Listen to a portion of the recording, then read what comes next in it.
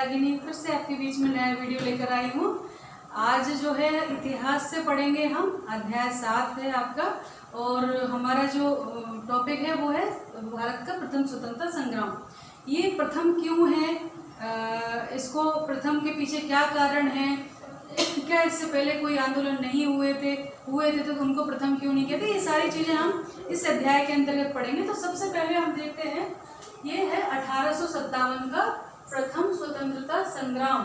ठीक है, कुछ लोग हैं जो इसको कहते हैं कि ये प्रथम स्वतंत्रता संग्राम था, कुछ कहते हैं ये कुछ लोगों का विद्रोह था, अलग अलग इतिहासकार हैं, लेकिन अंततः हम ये कह सकते हैं कि ये वो चिंगारी थी जो एक बार प्रज्वलित हुई तो अंत में 1947 में स्वतंत्रता के रूप में, विजय के रूप में हमको प्राप्त हुई और अंत में अंग्रेजों को बाहर जाना ही पड़ा। तो कैसे कैसे जो अंग्रेज लोग थे वो हमारे देश में पैर जमाए और क्या कारण था कि जनता के बीच में इतना असंतोष हो गया कि इतना व्यापक आंदोलन किया, ये सब चीज़ें हम अभी डिस्कस करेंगे। ठीक है, तो सबसे पहले देखते हैं पृष्ठभूमि, संग्राम की पृष्ठभूमि। तो उसके अंतर्गत जो है 15वीं सदी के उत्तरार्ध में अनेक यूरोपीय कंपनियां जो है, शक्तियां जो है, वो भारत में व्यापार करने के लिए आई थी। बहुत सारे यूरोपीय लोग थे वो जो है भारत में आकर्षित हुए थे 15वीं शताब्दी के लास्ट में, और वो भारत में आए व्यापार करने के लिए। ठीक है, उनमें जो प्रमुख कंपनियां थी, वो प्रमुख देश थे, वो इस तरह से थे: पुर्तगाल, हॉलैंड, इंग्लैंड और फ्रांस। ये 4 प्रमुख देश थे जो यहाँ व्यापार करने आए थे और कई वर्षों तक ये यहाँ रहे। आपस में इनके बीच में संघर्ष भी हुआ और अंततः अंग्रेजों को इसमें विजय प्राप्त हुई और उन्होंने सभी को खदेड़कर बहुत लंबे समय तक भारत में राजनीतिक सत्ता भी प्राप्त की और कई वर्षों तक भारत पर आधिपत्य जमाए रहे। तो यही इतिहास हम आगे चल के पढ़ेंगे अभी। तो इन्होंने जो है व्यापारिक केंद्र खोले थे अपने। ये व्यापार किस चीज़ का करने आए थे? वो चीज़ें जो भारत में मिलती थी लेकिन उन यूरोपीय देशों में नहीं मिलती थी, तो भारत से ये सस्ती दर पे ये माल खरीदते थे और उससे वहाँ फैक्ट्रियों में बना के और वही माल यहाँ भारत में बेचते थे अच्छे दामों में, और अपने देश में भी वो चीज़ें अच्छी कीमत पर बेचते थे। तो ये यहाँ ये सब करने आए थे। अब इसमें सबसे पहले अपन देखते जो लंबे समय तक टिके रहे वो ईस्ट इंडिया कंपनी के रूप में जो है स्थापित होकर अंग्रेज लोग थे। तो हम देखते हैं कि पुर्तगाल, इंग्लैंड, फ्रांस और इन्होंने क्या किया, सबसे पहले अपने व्यापारिक केंद्र बनाए। इनको व्यापारिक कोठी भी कहा जाता था। ठीक है, और ये कहाँ स्थापित किए इन्होंने? समुद्र तट के आसपास। सबसे पहले इन्होंने समुद्र तट के, क्योंकि ये समुद्री मार्ग से ही भारत आए थे, है ना, तो समुद्र तट के आसपास इन्होंने ये कोठियाँ बनाई अपनी, इनको कोठियाँ भी कहते थे। और प्रतिद्वंदियों से इनकी रक्षा करने के लिए इन्होंने क्या किया, इनकी किलेबंदी कर दी। ठीक है, और इन्हें फैक्ट्री कहते थे। ये जो व्यापारिक केंद्र थे इनको ये फैक्ट्री कहते थे। और चूंकि अदर जो प्रतिद्वंदी कंपनियाँ थी जैसे कि फ्रांस, इंग्लैंड, फ्रांस है, हॉलैंड है, पुर्तगाल, ये चारों आपस में एक दूसरे के प्रतिद्वंदी थे, कंपटीटर थे, तो इनसे बचाव के लिए इन्होंने इनकी किलेबंदी शुरू कर दी। फिर हम देखते हैं ये सब कंपनियां रही, आपस में इनके युद्ध हुए और अंत में जो ब्रिटिशर्स थे वो विजयी रहे और लंबे समय तक भारत रहे। तो पूरी कहानी हम आगे इसमें पढ़ेंगे। तो सबसे पहले देखिए कब से भारत में जो अंग्रेजों ने पैर जमाने शुरू किए, तो देखते हैं हम 1600 ईस्वी में जो है सबसे पहले ईस्ट इंडिया कंपनी की स्थापना हुई और इसका उद्देश्य था भारत में व्यापार के द्वारा ब्रिटेन को समृद्ध बनाना और अधिक से अधिक लाभ कमाना। ठीक है, और इसके लिए उन्होंने उचित अनुचित सभी साधन यूज करने में कोई संकोच नहीं किया। ठीक है, तो अधिक से अधिक लाभ कमाना, सबसे पहले इन्होंने जो है सर्वप्रथम सूरत में अपनी व्यापारिक केंद्र बनाया, सूरत को, और बाद में भरूच में, अहमदाबाद, आगरा, मद्रास, बम्बई, बंगाल में, कलकत्ता में इन्होंने अपने केंद्र बनाए। ठीक है, धीरे धीरे व्यापारिक केंद्र बनाए। अंत में देखें तो 17वीं शताब्दी के उत्तरार्ध में जब इनका बहुत लंबे उस तक बहुत बड़े क्षेत्र में व्यापार फैल गया, ये सशक्त हो गए, इनके पैर जम गए, तो इन्होंने क्या किया, धीरे धीरे इनकी महत्वाकांक्षा जागने लगी और अब इनका मन ये करने लगा भारत में हम राजनीतिक सत्ता भी प्राप्त कर लें, जिससे कि अपना जो व्यापार है वो निर्विरोध रूप से चलाएं और कोई जो स्थानीय शासकों की बाधाएं थी, जो उनको टैक्स देना पड़ता था, जो राजस्व के रूप में देना पड़ता था या कर के रूप में देना पड़ता था, वो ना देना पड़े और कोई बिना किसी शर्तों के, बिना किसी पाबंदी के ये अच्छे से अपना व्यापार कर पाए। इसलिए इन्होंने राजनीतिक सत्ता के स्वप्न देखने प्रारंभ कर दिए 17वीं सदी में। ठीक है, यहीं से जड़ पनपना शुरू हुई भारत के शोषण की। ठीक है, और उसके बाद इन्होंने 1707 में जो औरंगजेब थे, जो मुगल शासक थे औरंगजेब, उनके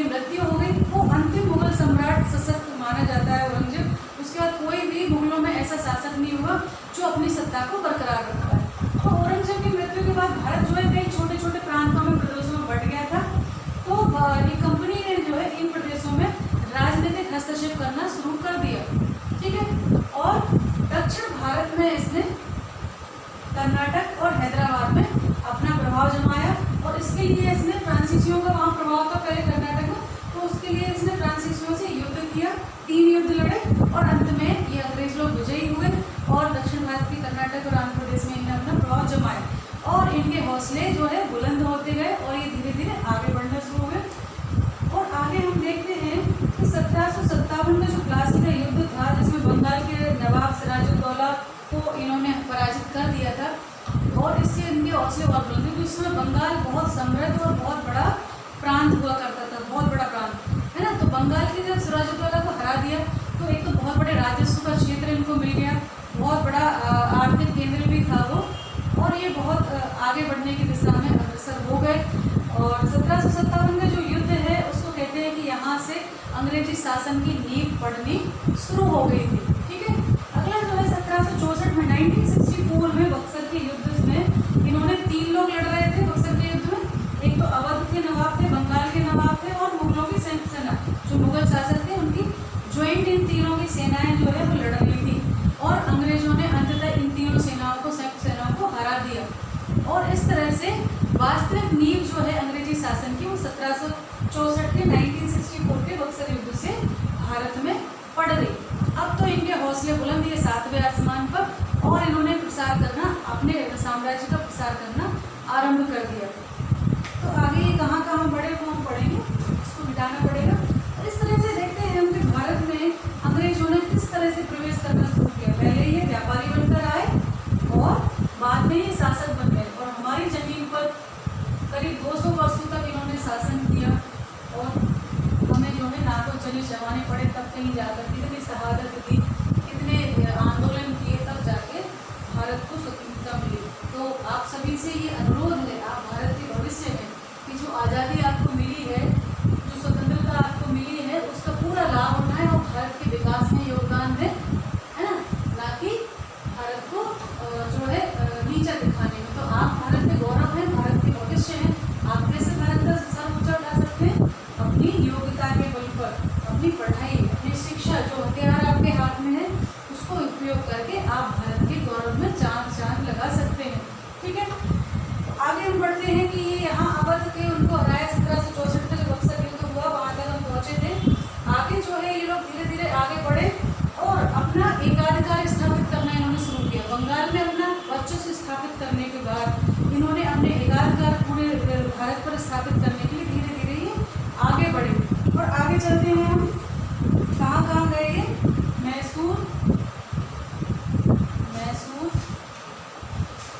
ठीक है, मराठा, मैसूर, मराठा और सिंध और पंजाब, मराठा, सिंध और पंजाब में सिखों को इन्होंने टक्कर देनी शुरू की। पंजाब में सिख, ठीक है, सिखों को इन्होंने टक्कर देना शुरू किया, और भारतीय राज्यों में विजय प्राप्त करने के बाद ये सारी चीज़ें इन्होंने यहाँ आगे कर ली। मैसूर पर कब्जा किया, मराठवाड़ा कर लिया, सिंध में और पंजाब में सिखों को भी ये हराकर आगे बढ़े। और आगे चल के अब ये जो भारत के अलावा पड़ोसी देश थे उनकी तरफ बढ़ने शुरू हुए, और धीरे धीरे ये कहाँ बढ़े, ये अफगानिस्तान, बर्मा, है ना, नेपाल,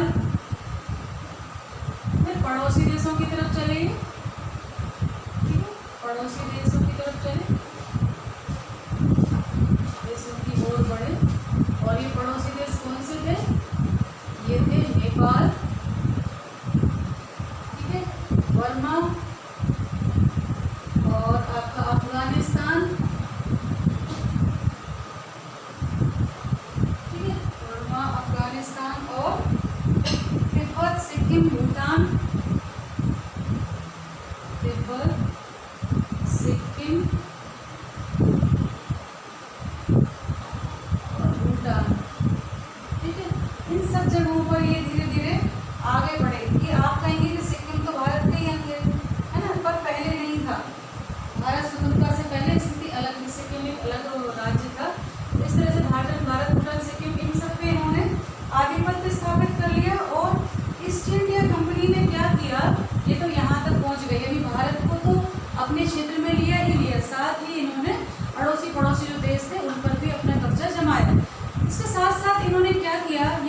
रहे थे, व्यापार कर रहे थे, राजनीतिक आधिपत्य स्थापित कर रहे थे। साथ ही साथ इन्होंने जो भारत के परंपरागत व्यापार था, परंपरागत व्यवसाय था, उसको नष्ट करना, उसको ध्वस्त करना इन्होंने शुरू किया। जो हथकरघा उद्योग थे, आपके छोटे छोटे लघु उद्योग थे, ग्रामीण उद्योग थे, है ना, तो ये और कृषि को भी इन्होंने क्षति, जो मूल रीढ़ था भारत की उपज का, भारत की अर्थव्यवस्था का, उसको भी इन्होंने ध्वस्त करना शुरू किया।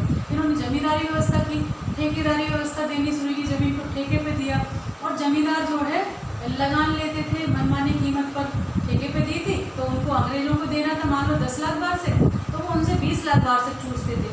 और चाहे अकाल पड़े, सूखा पड़े, बाढ़ आए, कुछ भी हो, लेकिन उनको, किसानों को उपज हो ना हो, लेकिन वो उनसे कर के रूप में वसूलते ही थे। तो इस तरह से किसानों का, काश्तकारों का, छोटे मोटे जो उद्योग वाले थे, जो अपन कहेंगे ग्रामीण उद्योग वाले थे, उन सबका जीना दूभर हुआ, और इससे एक बड़े वर्ग में जो है असंतोष व्याप्त हो गया। और कुछ अपदस्थ शासक थे जिनको इन्होंने हड़प लिया था उनके प्रदेशों को, और वो भी इसमें शामिल थे। तो कहने का अर्थ है सभी वर्ग जो है त्रस्त हो गया था, और इसीलिए शायद ये इतना बड़ा उपद्रव शुरू हुआ था।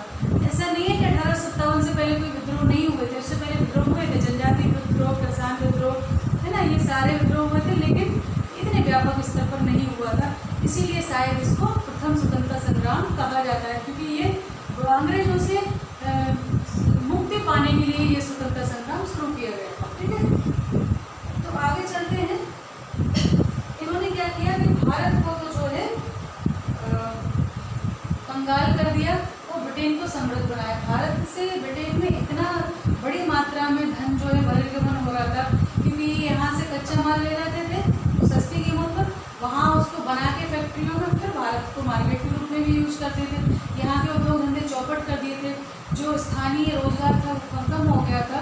तो इस तरह से ये भारत को चूस रहे थे। जो सोने की चिड़िया था, जिससे आकर्षित होकर ये लोग आए थे, उसको दिन प्रतिदिन इन्होंने कंगाल करना शुरू कर दिया। इससे पहले भी शासक आए थे, अरबी लोग आए थे, ये सल्तनत काल था, मुगल काल था, लेकिन उन लोगों ने क्या किया था, वो यहीं रच बस गए। उन्होंने यहाँ के उद्योग धंधों को नहीं छेड़ा, यहाँ की संस्कृति को नहीं छेड़ा, लेकिन इन्होंने क्या किया, सबसे ज़्यादा जो क्षति पहुँचाई वो सामाजिक क्षति और आर्थिक क्षति और सांस्कृतिक क्षति भी पहुँचाना शुरू की। और इस तरह से भारत को बहुत कमर तोड़, जो इतनी कमर तोड़ दी थी कि उठने में कई वर्षों का समय लगा भारत को। पहले तो चुंबक से मुक्त होने में बहुत समय लगा। जो अन्य शासक हुआ करते थे वो कर तो लेते थे, साथ में भलाई के काम भी करते थे, जैसे कुएं बनवाना, तालाब, नहर, और कभी ऐसा होता था कि दुर्भिक्ष है, अकाल है, तो ये कर में कुछ रियायत भी देते थे। पर इन्होंने ऐसा कुछ नहीं किया, ये सिर्फ टैक्स वसूलते थे, अपना ले जाते थे। और वहाँ जो छोटा छोटा क्लर्क भी भारत में आता था अंग्रेजों का, वो यहाँ से इतना समृद्ध होकर जाता था कि वो ब्रिटेन का सबसे धनी व्यक्ति माना जाता था। तो इस तरह से इन्होंने ये चूसना शुरू किया, और इन्होंने जो स्थानीय छोटे छोटे प्रदेश थे, जो प्रांत थे, जो राजा थे, उनको भी कभी कुशासन के आधार पर, कभी उत्तराधिकारी ना होने के आधार पर हड़पना शुरू कर दिया। ठीक है, तो उनमें भी एक असंतोष था, और इसके कारण 1756 से 1765 से, है ना, और 1856 तक कई विद्रोह हुए, है ना। इसी असंतोष के परिणाम में कई विद्रोह हुए,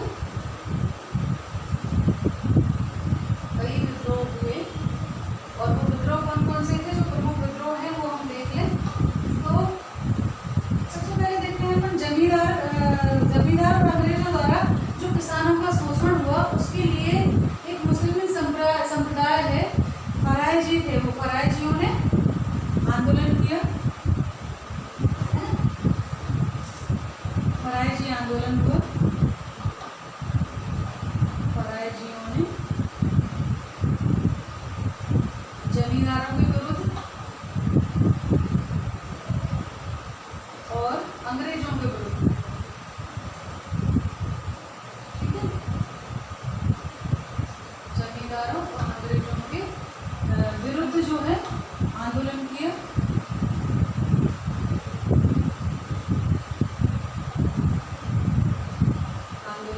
ठीक है, और ये आंदोलन जो है मुस्लिम संप्रदाय के, जो एक संप्रदाय होता है फरायजी, उन्होंने ये आंदोलन किया था।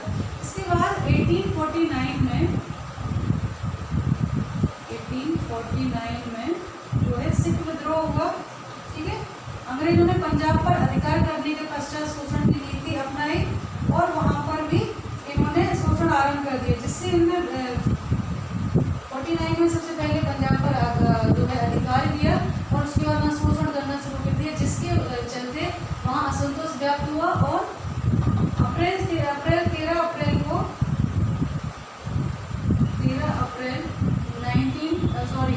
1857 में जो उनके गुरु थे राम सिंह, ठीक है, उन्होंने गुरु राम सिंह ने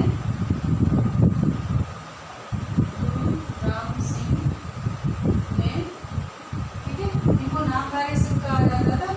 जो गुरु राम सिंह थे ना, उन्होंने 13 अप्रैल 1857 में शिष्यों को इन्हें नामधारी सिख कहा जाता था। इन्होंने अपने सिखों को प्रेरित किया कि आप इनसे अंग्रेजों के विरुद्ध देशभक्ति के नाम पर कि आप देश के लिए लड़ें और आगे बढ़ें, जिससे ये अंग्रेजों को खदेड़ दें, क्योंकि ये हमारे देश पर आकर शासन कर रहे हैं और हमारा शोषण कर रहे हैं। तो सबसे पहले 13 अप्रैल 1857 में गुरु राम सिंह ने अपने शिष्यों को उपदेश दिया। ठीक है, शिष्यों को प्रेरित किया,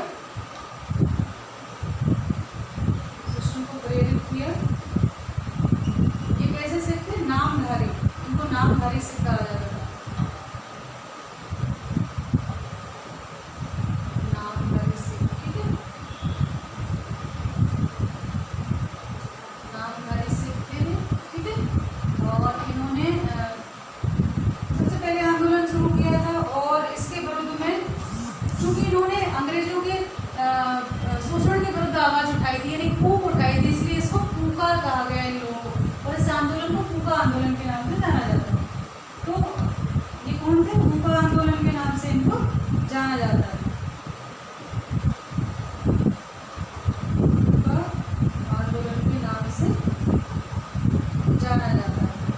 ठीक है, तो चूंकि कूक उठाई थी, यानी अंग्रेजों के विरुद्ध उन्होंने आवाज उठाई थी, जिसे कूक कहते हैं, तो इसलिए इनको कूका आंदोलन कहा गया। इसमें हजारों लोग ये मारे गए, जो है इसमें से 49 कूकों को इन्होंने बंदी बनाकर और तोपों से उड़ा दिया था, और ये कूके जो है तोपों के सामने सीना तान कर खड़े हो गए थे और बलिदान दिया था इन्होंने हंसते हंसते देश के लिए।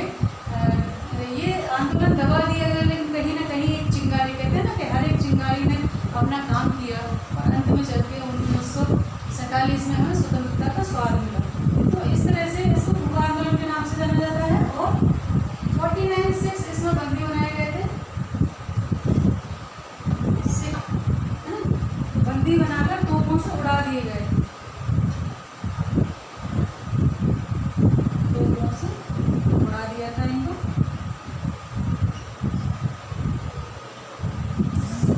ठीक है, और ये हंसते हंसते इन्होंने अपने देश के लिए बलिदान दे दिया गया। ठीक है, अगला जो है कई आंदोलन हुए उसमें, और कंपनी के जो सेना पाल रखी थी वो भी भारतीय थे कहीं ना कहीं, तो सेना में भी विद्रोह हुआ था। आंतरिक रूप से किसी न किसी चीज़ को लेकर सेना में भी विद्रोह था। तो उसमें जो प्रमुख सैनिक विद्रोह हैं उनमें है वेल्लोर विद्रोह, है ना, और बैरकपुर विद्रोह, तो इन दोनों को भी हम देखेंगे। वेल्लोर विद्रोह और जो बैरकपुर विद्रोह है, ये इनकी सेना के भीतर ही हुआ था ना, अंग्रेजों की सेना के भीतर, अंग्रेजों के सिपाही जो थे उन्होंने। तो कंपनी की फौज में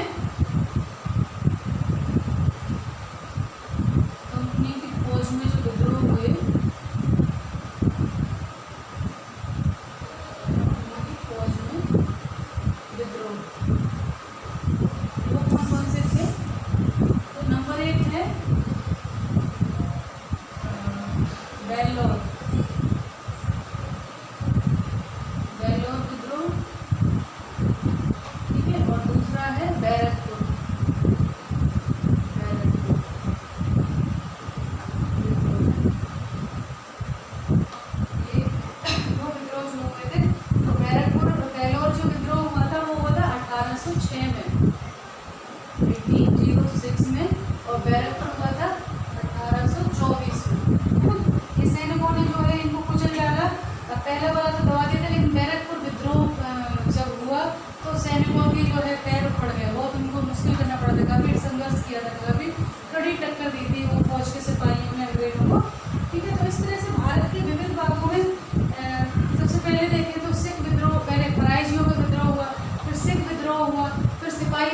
विद्रोह हुआ और उसके बाद चलते चलते जनजातीय विद्रोह भी हुए, क्योंकि ये जो जनजातियाँ थी वो जंगलों में निवास करती थी। पहले वो अपना खान पान, उनकी ज़मीन उनकी थी, उसकी उपज में उनका हिस्सा होता था, लेकिन अंग्रेज़ों ने सारी ज़मीन अपने हाथ में ले ली, है ना, तो उसकी उपज भी वो लेने लग गए। तो ये जनजाति जो लोग थे, इनकी आय का साधन छिन गया, इनका शोषण होने लगा। तो इस तरह से उनमें भी आक्रोश हुआ और उन्होंने जगह जगह तमाम जनजातीय विद्रोह हुए थे। उनमें से कुछ के नाम मैं आपको यहाँ बताती हूँ। तो सबसे पहले हम देखें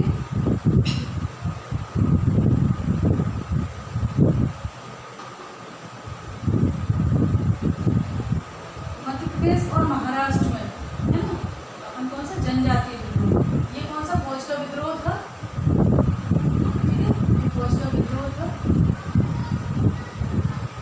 और अब है जनजातीय विद्रोह। जनजातीय विद्रोह जो है वो है सबसे पहले मध्य प्रदेश और महाराष्ट्र में। ये किसने किया था? भीलों ने किया था। यहाँ पर मध्य प्रदेश और महाराष्ट्र में भीलों ने किया था, ठीक है। और आगे बढ़ते हैं अपन, ये उड़ीसा में गोंडों ने किया था।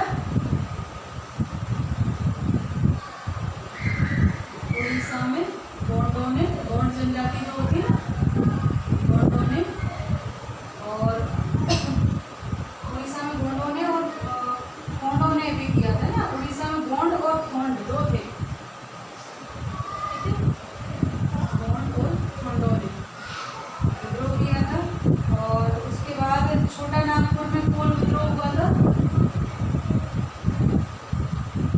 छोटा नागपुर में कोल विद्रोह, ठीक है, कोलों ने किया था वहाँ पर छोटा नागपुर में। और राजस्थान में मेड़ों ने, मेड़ जनजाति थी राजस्थान में, मेड़ों ने, ठीक है। और उसके अलावा बंगाल और बिहार में, बंगाल और बिहार में इसने किया था संथालों ने, संथाल विद्रोह हुआ था, ठीक है, संथालों ने किया था। और पूर्वोत्तर में, पूर्वोत्तर जो राज्य थे ना, उनमें खासियों ने किया था। वहाँ की जनजाति खासी, पूर्वोत्तर में खासियों ने, ठीक है, खासियों ने किया था। और इसके अलावा कुछ गैर जनजातीय विद्रोह भी हुए थे, वो उनके नाम हैं। गैर जनजातीय कुछ नाम मैं बता देती हूँ। गैर जनजातीय विद्रोह तो वो कौन कौन से थे? वो थे जैसे कि तमिलनाडु में कट्टबोमन, कट्टबोमन, ये कहाँ था? तमिलनाडु में, ठीक है, तमिलनाडु में हुआ था। और उसके अलावा दूसरा जो है वो था पेंका, उड़ीसा में हुआ था। पेंका विद्रोह उड़ीसा, ठीक है, और पेंका विद्रोह उड़ीसा में हुआ था। और बेलुथम्बी त्रावणकोर में, बेलुथम्बी ये त्रावणकोर में, ठीक है। और उसके बाद रामोसी पुणे में हुआ था, रामोसी पुणे, ठीक है। और उसके बाद बुंदेला विद्रोह बुंदेलखंड में हुआ था। बुंदेला, बुंदेला कहाँ हुआ था? बुंदेलखंड में,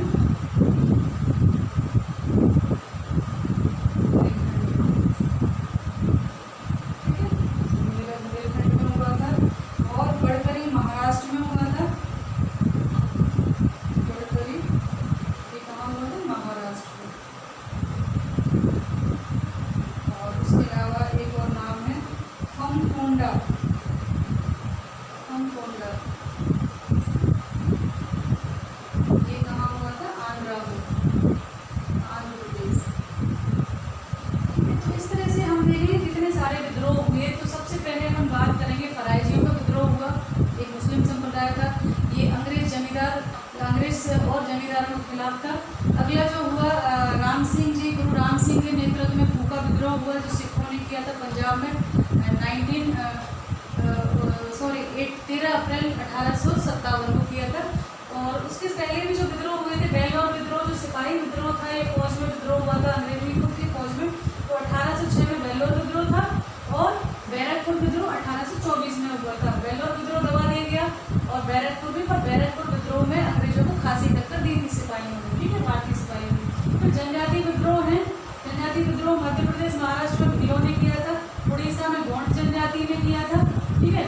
और गोंड और गोंड दोनों उड़ीसा में पाए जाते हैं, उन्होंने किया था। छोटा नागपुर में कुंवलों ने किया था, राजस्थान में मेड़ों ने, बंगाल और बिहार में संथालों ने किया था, और पूर्वोत्तर राज्यों में खासियों ने। ये यहाँ की जनजातियाँ हैं इन राज्यों की, जिन्होंने अंग्रेज साहूकारों के खिलाफ, जमींदारों के खिलाफ और अंग्रेजों के खिलाफ ये विद्रोह किया था, ठीक है।